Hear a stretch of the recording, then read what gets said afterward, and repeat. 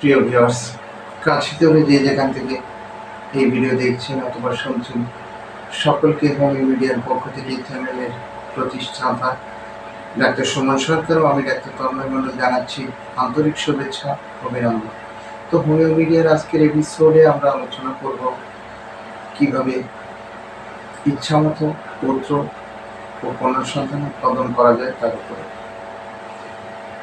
তো দেখুন, এই পন্থাটি কিন্তু সম্পূর্ণ প্রাচীনকাল থেকে চলে আসছে এবং বর্তমান যে জনিবিজ্ঞান, মেডিকেল সায়েন্স, জ্যোতিষশাস্ত্র সকল পন্থায় কিন্তু সকল মতধারা এই পন্থা কিন্তু বিপরীত নয়, সকল পন্থাই কিন্তু এটাকে সমর্থন করেছে। সেই পন্থার উপরে কিন্তু আমরা এখন আলোচনা করব কিভাবে পুত্র সন্তান এবং কন্যা সন্তান উৎপাদন করা যায় তার উপরে।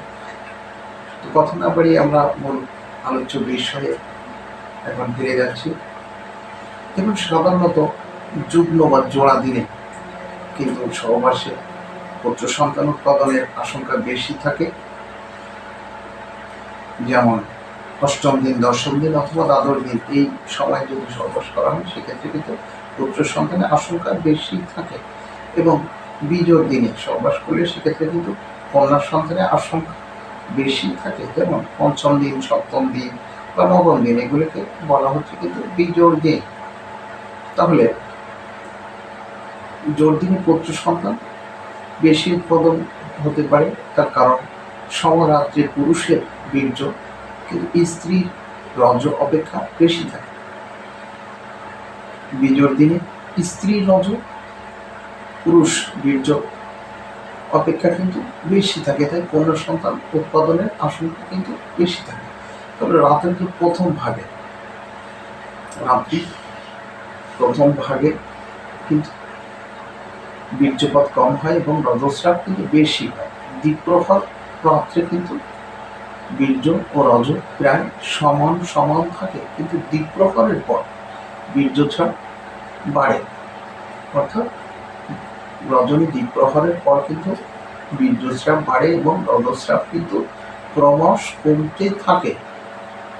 আমরা জানি কিন্তু দুটি পক্ষ রয়েছে, শুক্লপক্ষ এবং কৃষ্ণপক্ষ।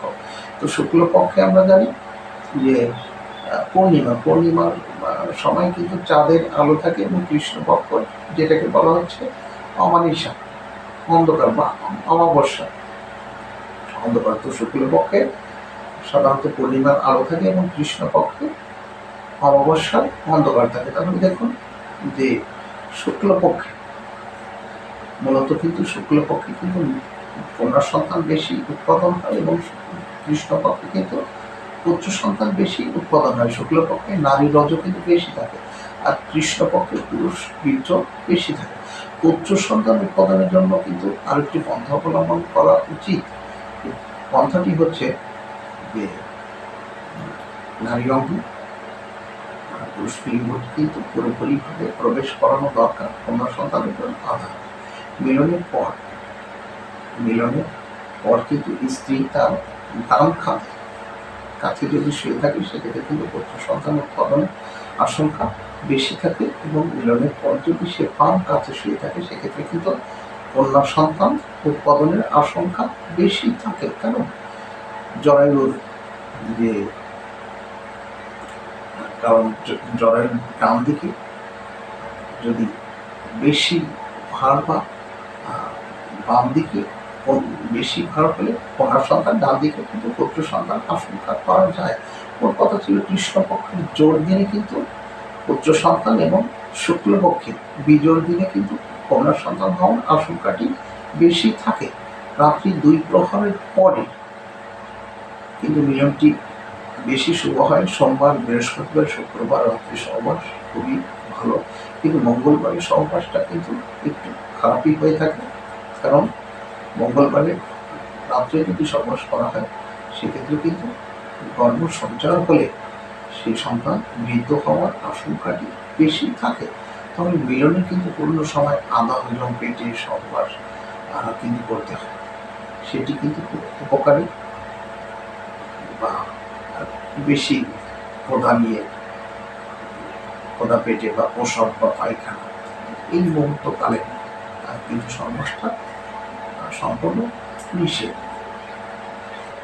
তবে পুত্র সন্তান উৎপাদন ক্ষেত্রে কিন্তু আমাদের একটি কথা অবশ্যই মনে রাখা প্রয়োজন, সেটি হচ্ছে শরীরে রক্ত যদি অম্লধর্মী হয় সেক্ষেত্রে কিন্তু কন্যা সন্তান উৎপাদনের আশঙ্কা বেশি থাকে। অর্থাৎ স্বামী স্ত্রী উভয়ের মধ্যে যদি অম্লের ধাপ থাকে তাহলে কিন্তু সেটি সংশোধন করা দরকার, প্রয়োজনে চিকিৎসা নিতে হবে। তো এ পর্যায়ে আমরা কিন্তু একটু আলোচনা করব গর্ভস্থ সন্তান ছেলে না মেয়ে কীভাবে সেটি পরীক্ষা করা যায় সে প্রসঙ্গ নিয়ে যদি একটু আলোচনা করি, সেক্ষেত্রে কিন্তু আপনারা গৃহে বসেই সেটি শনাক্ত করতে পারবেন গর্ভস্থ সন্তান পুত্র সন্তান আর কন্যা সন্তান। দেখুন, সন্তান আমরা জানি যে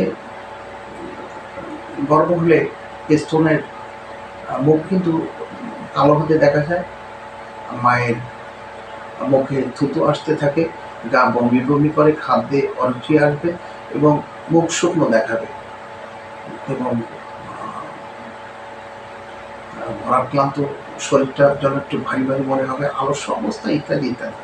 এবার সন্তান পরীক্ষা প্রসঙ্গে যদি বলা হয়, দেখুন গর্ভস্থ স্ত্রী হাতের তালু যদি লাল বর্ণ হয়ে থাকে তাহলে কিন্তু পুত্র সন্তান হওয়ার আশঙ্কা বেশি, এবং সাদা হলে সেক্ষেত্রে কিন্তু কন্যা সন্তান হওয়ার আশঙ্কাটি বেশি থাকে। জরায়ুর ডান দিকে বড় হলে সেক্ষেত্রে কিন্তু পুত্র সন্তান হওয়ার আশঙ্কা বেশি, এবং বাম দিকে যদি বড় হয় সেক্ষেত্রে কন্যা সন্তান হওয়ার আশঙ্কা বেশি। গর্ভবতী স্ত্রীর স্তনের এক বিন্দু দুধ আয়নার ওপরে রেখে রোদে দেখালে সেটি যদি মতি বিন্দুর মতো দেখায় তাহলে বুঝতে হবে যে এটি পুত্র সন্তান, অর্থাৎ দুধ গাঢ় থাকে এবং চারিদিকে ছড়িয়ে গেলে সেক্ষেত্রে বুঝতে হবে যে কন্যা সন্তান হওয়ার আশঙ্কা বেশি। আরেকটি কথা, প্রথম ঋতুর প্রথম দিনে যে রক্ত সেটি কিন্তু স্তন যুগলে যদি লাগানো হয় সেক্ষেত্রে কিন্তু স্তন যুগল পিরামিডের মতো থাকবে। তো যাই হোক, আর অন্য প্রসঙ্গে যাব না। আমাদের আজকের আলোচনা ছিল কীভাবে ইচ্ছা মতো পুত্র সন্তান অথবা কন্যা সন্তান উৎপাদন করা যায় তার উপরে। তো যাই হোক, ভিডিওটি যদি ভালো লেগে থাকে অবশ্যই আপনারা চ্যানেলটি যদি সাবস্ক্রাইব না করেন অবশ্যই সাবস্ক্রাইব করে নেবেন। পরিশেষে সকলের সুস্বাস্থ্য ও দীর্ঘায়ু কামনা করে আজকের মতো বিদায় নিচ্ছি। ধন্যবাদ সকলকে।